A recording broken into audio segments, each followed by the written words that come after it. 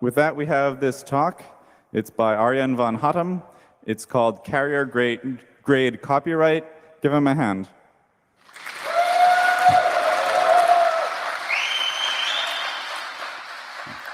Thank you very much. The title of this presentation is Carrier Grade Copyright, mostly because it's a good alliteration and I want to draw a crowd, but also because I'm actually going to be speaking a little bit about the copyright infringement notices that are being sent out from the perspective of an ISP. And much like as with Carrier Grade NAT, it's a complex situation where the ISP is put in the middle and you're expected to act and do all sorts of things. The purpose of this presentation is to observe, in the spirit of this conference, describe and analyze and see if there are any interesting things, lessons to be learned, or maybe questions that should be asked. I'm Arjan van Hattum, and I work at Access for All. I am a systems administrator, responsible mostly for the operational abuse handling that goes on our customer network. Basically, that means it's my job to find out if a customer has been infected, and if that is the case, take effective action. Access for All is an ISP in the Netherlands, and we've been around for about 20 years or so.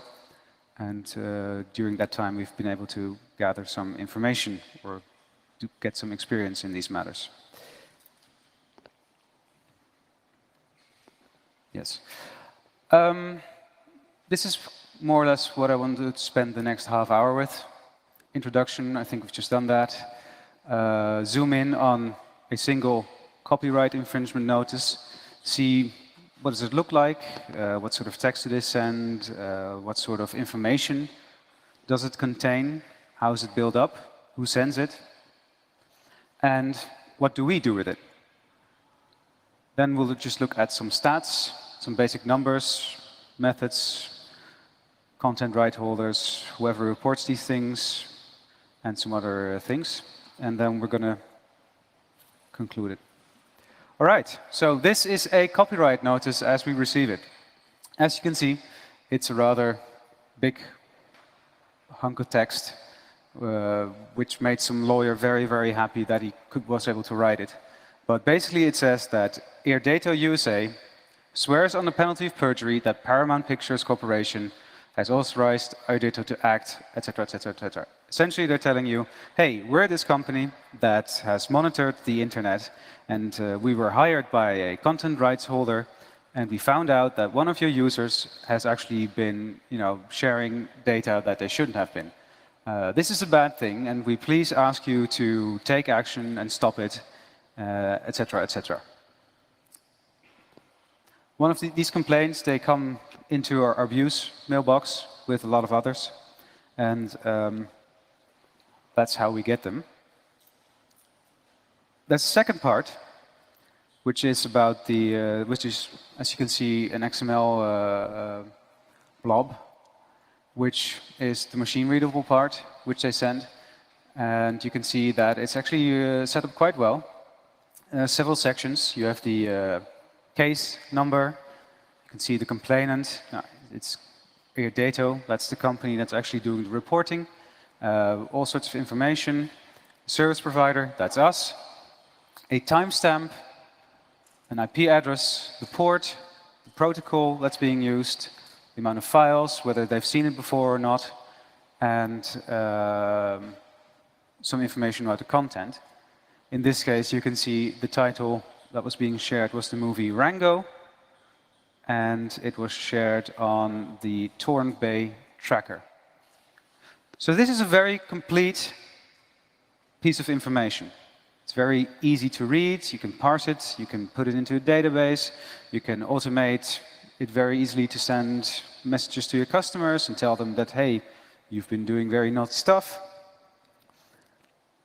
So this is very, very professional and very useful if you want to do something with it. The system they use is the automated copyright notice system. That's the XML standard that they've been using it. It's very professionally developed, initially done by Universal Music Group, NBC Universal and Disney, and then later it was added to by Movie Labs, University of California, and the MPAA. And during that process, they've had contact with big corporations, ISPs in the US like Comcast, AT&T, but also Sony, which has its own nice history with copyright issues. Several interest groups, Bay TSP, which is also another company that sends these kinds of warnings, the RIA, and SafeNet. And also, there's been input from universities. So this is a widely developed and accepted document. It has a lot of input from all sorts of parts from society. Once again, making it very easy to accept that you should use this, because everybody's worked on it. And it has very, very extensive documentation, making it for very low barriers in using it. And lastly, the whole thing is signed, just in case you wanted to be sure that the notice is actually from who they say it is. My colleague Niels earlier today was speaking about the legal issues we've had at Access for All over the years. And during that time, we've had communications with copyright holders or representatives of those people.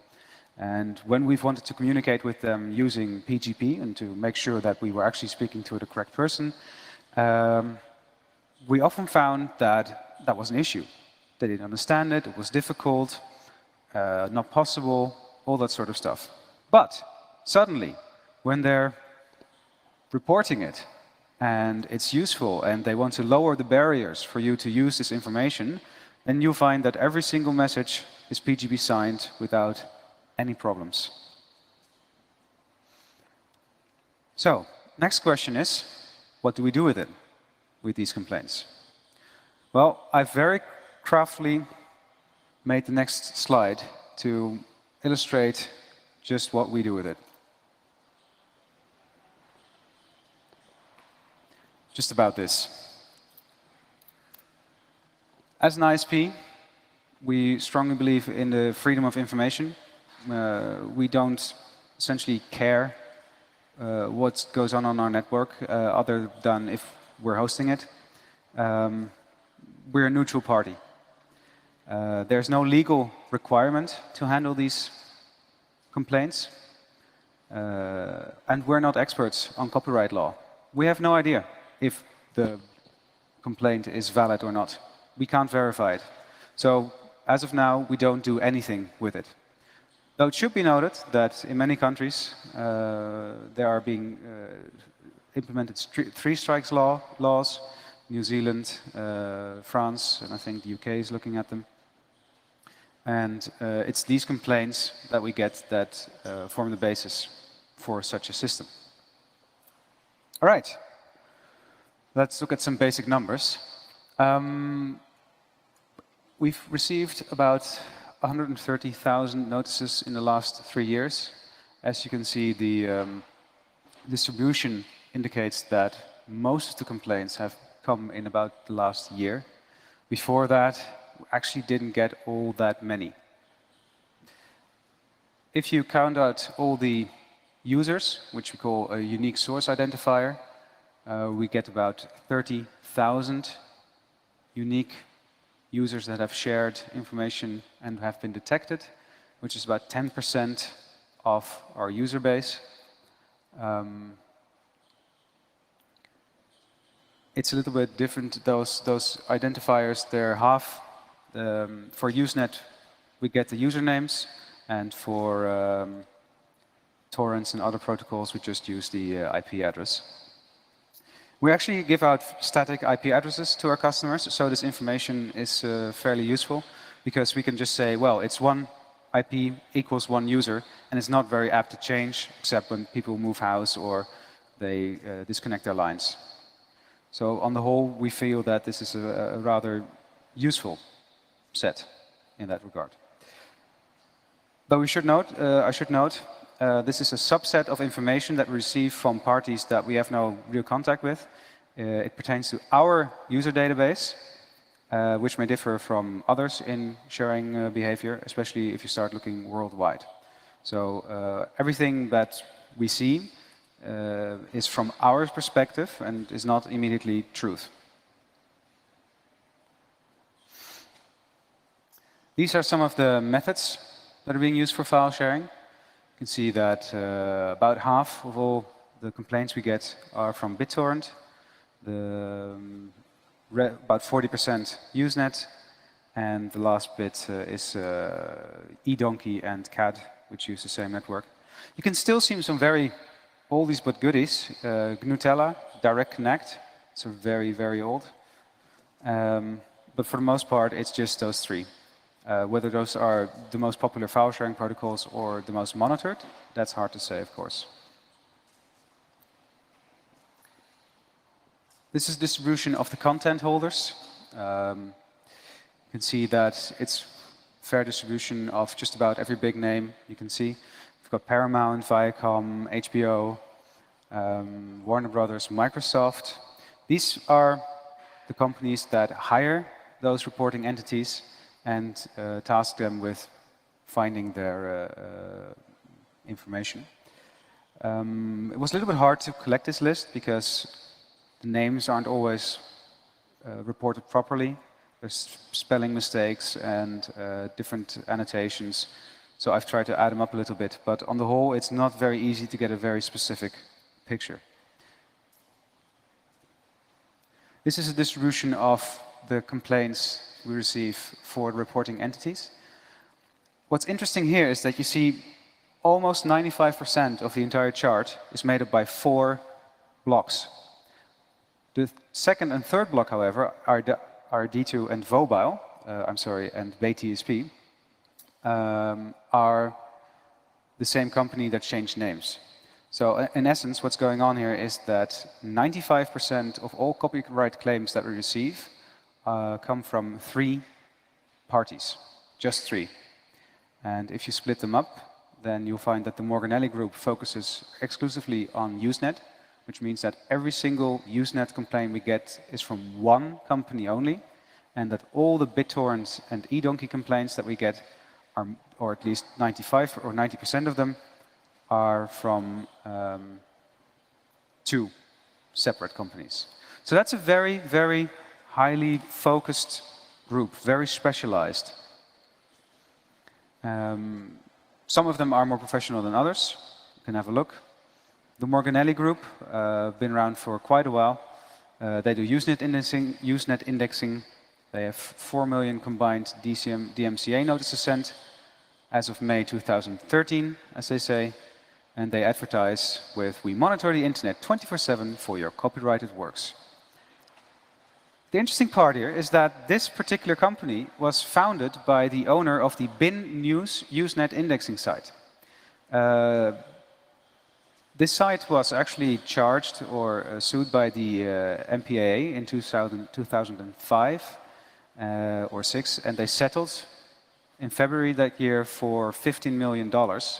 And suddenly after that, the owner, they gave up the site, but they kept their technology for indexing, and they now are using it for detecting copyright infringements. So that's a very interesting case where you see that a person or a group went from one side completely to the other, but still using the same technology. On their site, they have a little wall of fame, as they call it. And they have there the testimonials of Usenet users saying that, hey, the information was uploaded 3 minutes ago, but it's already gone. Damn, they're fast. Another party, RD2/BTSP. It's a very big company, 25 offices, 500 to 1,000 employees, according to their LinkedIn profile. They monitor just about everything except Usenet. And their headquarters are actually about an hour's drive from here in Hoofddorp, probably right next to Brein headquarters, which is also there. They focus on digital asset protection, customer care and billing, dynamic security, and online media protection. and they've been around since 1969. So this is a fairly professional and good setup company that's doing this kind of stuff. Then there's also Web Sheriff. It's a little bit less impressive. We only have 600 complaints from them. Personally, I feel safer already, seeing that very intimidating man pointing at me in a threatening fashion. If you look at the site, just about half the pages are under construction. It's not very... if you look there and if you browse to that site, you wouldn't be impressed.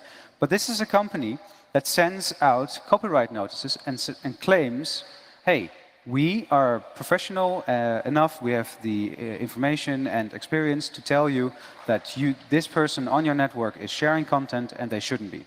But when you look at their site, it looks as if a 3-year-old toddler made it. So that, to me, is a bit encouraging.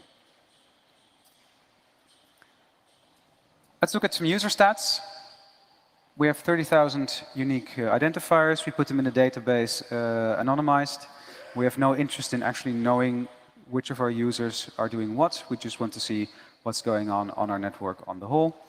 And where you see that in the previous slide, about 40% was Usenet and 50% BitTorrent, the distribution of users is actually much more towards BitTorrent, and it just seems that people in Usenet either share more or maybe some form of reporting difference where multiple files are reported in report.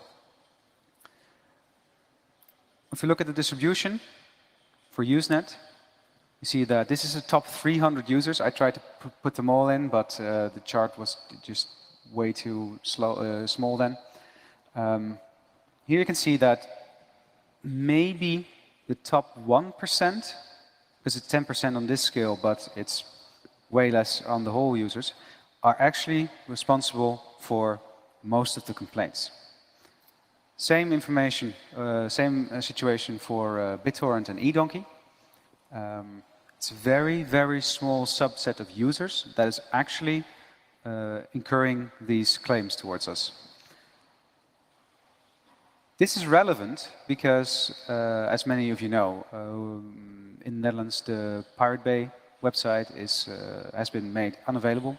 One of the reasons for that is, or one of the conclusions or judgments that the judge made was, well, the rights of the content holders are in this case more important than the rights of all these users, and that's what makes it appropriate to shut it down completely for everyone. But I think that if you think that, then part of that consideration should be that if you look at the BitTorrent use alone, if 1% or maybe probably 0.5% of the users is actually responsible for incurring those great heavy losses for those companies, then it doesn't seem reasonable to shut down the site for all users, which are not responsible for that loss. Our top user, by the way, it's quite scary, the peak there. That's someone that has been tracked for about 18 months. The information, we get daily reports from his IP. And they actually, if you look at that information from the other side, that's quite a report you have on someone's illegal sharing activities. So at the very least, you should be aware that people are looking, are monitoring, and they're keeping this data. In some cases, even the data is being stored preemptively, in the sense that they don't have a customer for the data yet. But as soon as the data customer becomes available, they say, hey, look, 3 years ago for this IP address, we found that this user has been sharing your content. And, well, it's for you to do what you want to do with it. So even if you haven't heard anything today, you might still some other time. This is a short look at the BitTorrent notices we get. I found these interesting because of the red line. As you can see, as you know, or may know, starting February 1st, 2012, we were, as X4 had to comply with the judge, and we had to block access to the Pirate Bay. Many reports have been written since then if the blockade is or not effective. And as you can see here, at the red line is where we started blocking. And based on the reports that we see, not on the actual traffic, this is a flawed picture, based on the information that these entities send to us, you can see that during that period, there doesn't really seem to be any change at all. And then later, we get a lot more reports, but that's mostly because they probably upgraded their detection capability. This is a zoomed-in picture, so you can see better. It actually, from this picture, it looks as if it's going up. So we block the Pirate Bay and we get more complaints. But if you look at the bigger picture, it's not really significant. But from this information at least, the blockade of the Pirate Bay has no effect whatsoever. I've had a look at the trackers. We detected about 134 unique tracker domains. 70% of all notices we get for BitTorrent are sent without tracker information. So either they didn't report it to us or they were using trackerless methods of sharing. Interesting point of fact is that there are almost no private or popular trackers in our data set. I went to torrentinvites.com. I looked at the reviews for which the best tracker with the most information, best pre-times, that sort of stuff. And I took those top 10, top 15 trackers. I searched through those through our data set, and maybe a couple are in there. And when they are, it's maybe 1 or 2 complaints. Which is weird, because in the private trackers, where you have to keep a ratio and really share, and people are actually quite serious about it, using seed boxes on colo sites or VPS servers, you'd think that there's actually a lot of potential for reporting users. So I don't quite understand why they're not doing that. Possibly because private sites, they're usually, maybe they have a different tactic for going after those, because, as in they target the site, not the user. You see a lot of those sites getting raided, so that could be it. Another interesting fact, highly localized trackers are also monitored. I found trackers that were only available in Romanian and Russian and had a sign-up procedure before you could use it. Dutch tracker only was being checked, also with a sign-up procedure, and a French tracker. So while they're not looking at the very big sites, they are looking at many small sites, even the ones that would normally not attract a lot of attention.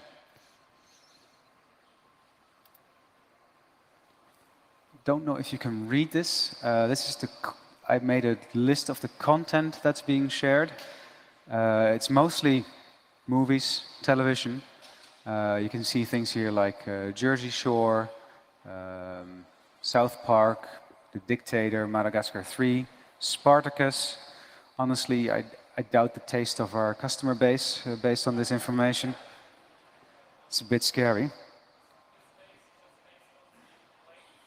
This is the information that this is actually sent in the XML. They have a different. They put in a tag called the title, and the title is. I think they probably went through the file names, and then they reverse engineered them to make a title. It's a bit difficult because the file names, they're not always very clear. So to get a good look at the title is pretty hard to make a good database from it. So yeah, this is what they sent to us in that regard. We see very little ebooks, some music, little software, mostly it's TV. This may have something to do with maybe our customers, they mostly share this sort of information, or perhaps the content rights holders find it more attractive to go after this sort of sharing because they think they lose the most money from this particular activity. One thing or I found odd is that South Park and The Daily Show, which is on here, those are series that are freely available, streamed in the Netherlands. So I don't quite understand why people are doing this. One theory may be that people have been used to downloading things, and now that there are free alternatives or alternatives, they've simply gotten to the routine of downloading things, or the barrier for downloading is so low, they can't be bothered to go to a different place. All right. What we see here on this whole information is that essentially an extensive reporting framework is being built. It uses high-quality information. It reports using standards. It's easy to process, well-documented. It's open information. The actual document for the XML standard is open source, which is slightly ironic. It's very specialistic business, where rights holders, they just buy services essentially from 3 companies that do all the reporting. And they focus mainly on movies, TV, the popular methods of sharing are tracked. And it kind of seems that they're going after low-hanging fruit at the moment. It's not exactly rocket science what they're doing. Some questions one other thing is that what's interesting about this is that when you have 3 companies doing this sort of thing, and there, what you could see is that the information we get in the last year, we've gotten about 3 times or 4 times reports we normally got. It seems that together with discussions, at least in Europe and other parts of the world, regarding 3 strikes laws, as I said, this is what such a 3 strike law system would depend upon. So what I find interesting is that if a country implements a 3 strikes law, or how many strikes law you want, that they are mostly relying on the services of 3 external companies based in the US, paid for by obviously the content rights holders, to essentially make law and disconnect people from the internet. That seems to me, well, interesting, to put it mildly. Other things, who has access to this data? One of the companies that actually sends out these notices, they say on the website, hey, we keep our data indefinitely. Wow, interesting. Who has access to this data? If Facebook and Google put their backends into the NSA, what does that mean for a content right holder, which is backed by a copyright lobby, which has all sorts of interests and dealings with the government, and who may want to have all sorts of special information? How can such data be enriched? What sort of profile can you build from this? Can people find out that I've been sharing a particular nasty set of pornography that I wouldn't want anyone to find out? I don't know.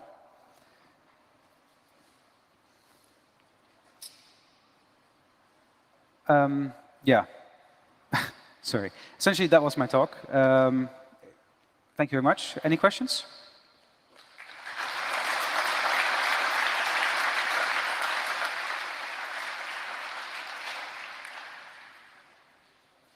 Hi.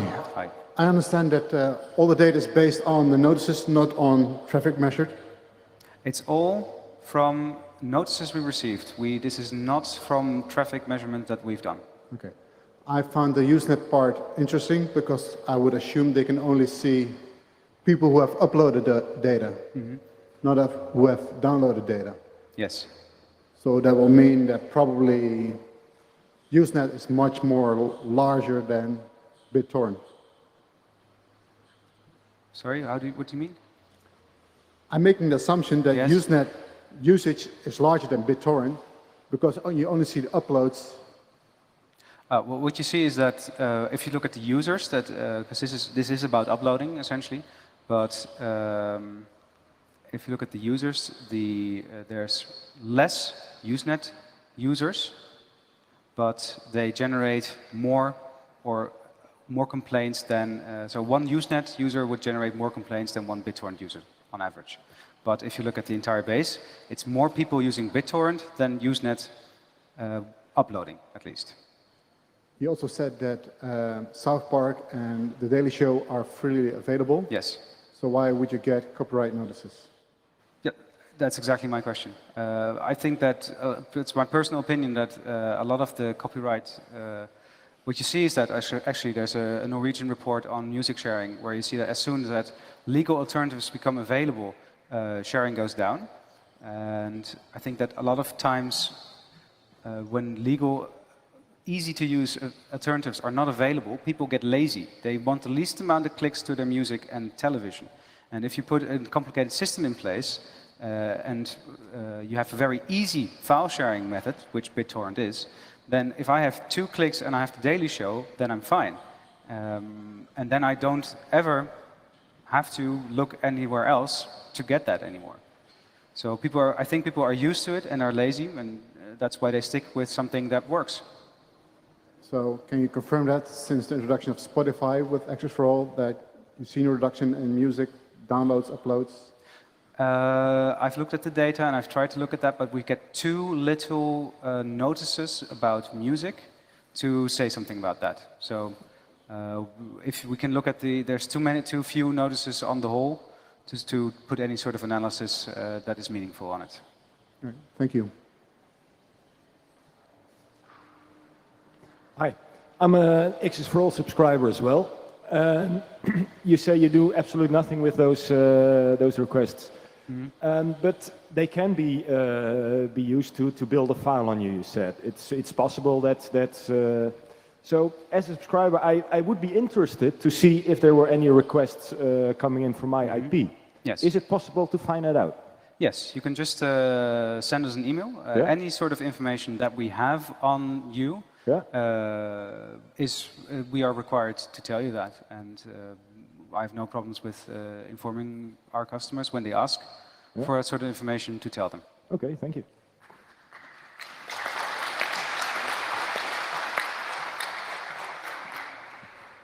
Hi. As you don't process these notices, do you have any idea why they are sending them? Yes, I think once because they don't know what we do with it. If you want to build a legal framework around three-strike law or something else, then you have to be able to point to a set of data that says, hey, look at all the damage that we're taking, and you're not doing anything. But there's such an easy system with an open standard that anyone can use in XML, and it's great. That should be very easy to just put there. And you already have the data. We've been sending it to you for years. All you have to do is write a simple script, and it's fine. So I think they are sending it as part of a much larger operation to put forward their agenda to combat file sharing. So even if you don't do anything with it now, maybe in a year or two, the Netherlands will have a three-strikes law. And then we'll have to do something with it.